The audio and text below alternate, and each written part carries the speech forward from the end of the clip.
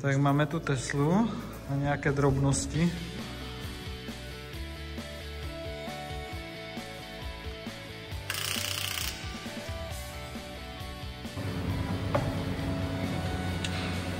Brzdiče.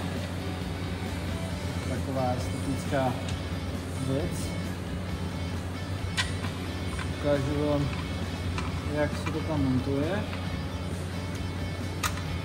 Tak máme tu také plastové dorazy. 3. Takže to je čistované levá a pravá strana, takže jenom patří sem. Tyhle dva se zaháknou z boku. Dáme sem ten doraz. Tak nachytnám ho. Tady ho vsunem. Nápisem ven. Docvakneme. Nachytneme závit. Máme patřičku R2, kterou vsuneme. Se vytáhnu. Tady zase do té brášky.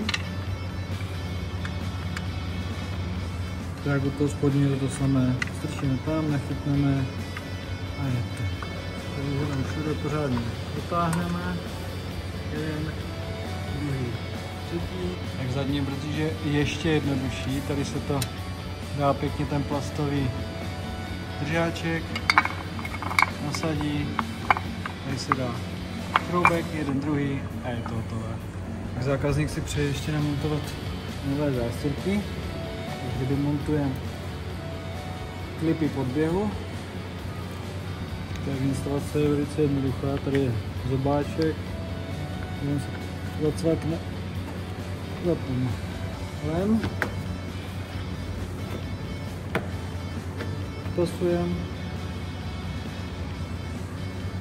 zasuneme klipy, zacvakáváme. Tak zástěrky by se měly domontovat.